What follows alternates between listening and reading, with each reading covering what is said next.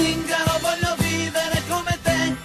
Buongiorno Italia, buongiorno Maria. Questa puntata la voglio fare tutta con la GoPro e tutta in modalità Super View, che sarebbe quella specie di grandangolare di fisheye, che significa occhio di pesce, no? Così sperimenteremo due cose. Primo, tu sperimenterai ad essere un pesce e io sperimenterò questa modalità. Spoiler di questo o delle prossime puntate: ho scoperto una stradina fantastica in mezzo ai vigneti che sbuca sul fiume, stupenda, che parte dall'area camper tra l'altro quasi, e la faremo ottima per i cani, per le passeggiate o per chi non vuole fare lunghi giri.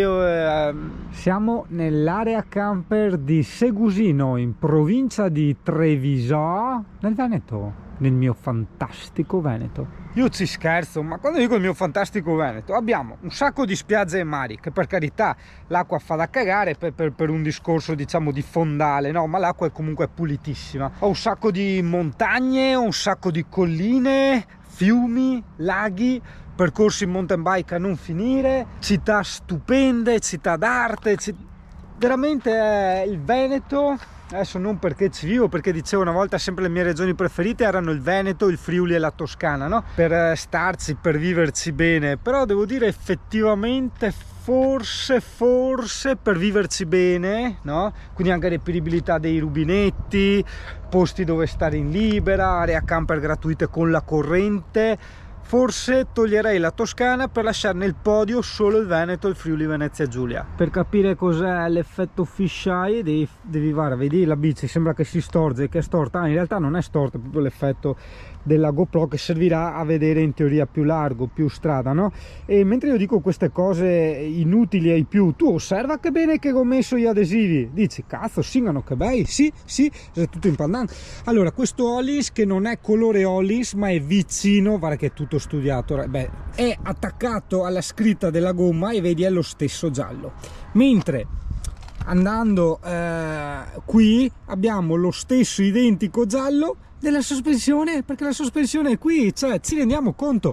Idem, guarda questi adesivi qua, 1, 2 e il 3 della cioè l'adesivo, il colore, volevo dire, non gli adesivi, i colori, il giallo Maxxis della ruota che gli va lì, cioè un pandan e in più anche il manubrio, un pandan pazzesco. Il problema resta sempre solo queste manopoline, che non so se l'ho detto, ci terrei tanto ad averle, quelle originali, perché hanno un grip, una roba estrema, bisogna provarle per capire. Sono della Specialized e esistono veramente giallo Ollins, ossia quel giallo un po' aranciato delle sospensioni, ma sono esaurite in tutto il mondo, tutti i webshop e i negozi del mondo ce le hanno esaurite. Ho scritto in fabbrica, non mi hanno cagato di striscio. Intanto la tiro lunga un secondino perché si sta caricando l'ultima attacca di batteria della bici, voglio partire bello carico. Hai mai notato, no, ultimamente, lockdown o non lockdown, quando tu chiedi un qualcosa, un'informazione online, quindi via email o che cavolo ne so io, a un'azienda produttrice, un negozio, cioè qualcuno che deve vendere qualcosa a te, ok? Oh, non ti rispondono mai, c'è una cosa pazzesca. Allora che cazzo andiamo a dire in giro che c'è crisi qua e là? Arriva un cliente, ti chiede un'informazione perché vuole comprare una cosa, cioè non è che ti chiede un'informazione tipo i soliti perdi tempo, no, ti chiede proprio un'informazione per comprare e non gli rispondi. Cioè, ragazzi, a me cascano le palle, sta roba va avanti da anni in Italia, no? Si parla tanto, perché per carità tutto di guadagnato per me che faccio siti e webshop, quindi io mi prendo un sacco di soldi con queste robe, però la gente li prende e non li sfrutta. Perché cosa vuol dire avere un webshop, avere un sito? Vuol dire offrire online un servizio a dei clienti, quindi un servizio aggiuntivo, non solo il servizio in loco dove il cliente deve prendere e arrivare da te, ma anche il servizio online dove tu lo raggiungi.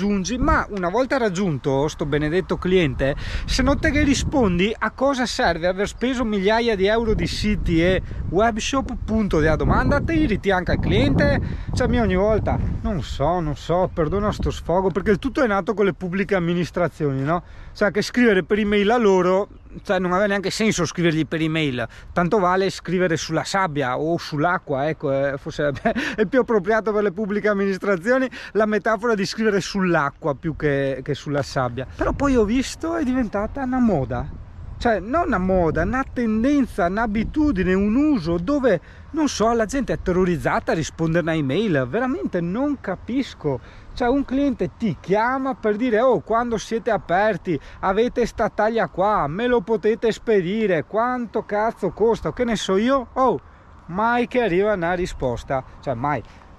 Un 5% ovvio ti risponde, però io parlo sempre della maggioranza. Quando io dico mai, sempre, eccetera, prendi con le pinze. Io faccio riferimento giustamente alla maggioranza. Oh, adesso dita frammetti, cioè doveva essere una puntata un po' action, perché quella con la GoPro, il grandangolare, eccetera, e alla fine sono stata una puntata intera a lamentarmi sugli usi e costumi informatici. Ma vabbè, ammatti, sono che singano per fare ste robe. Please hold me. I love you like Fontaine e Belmondo.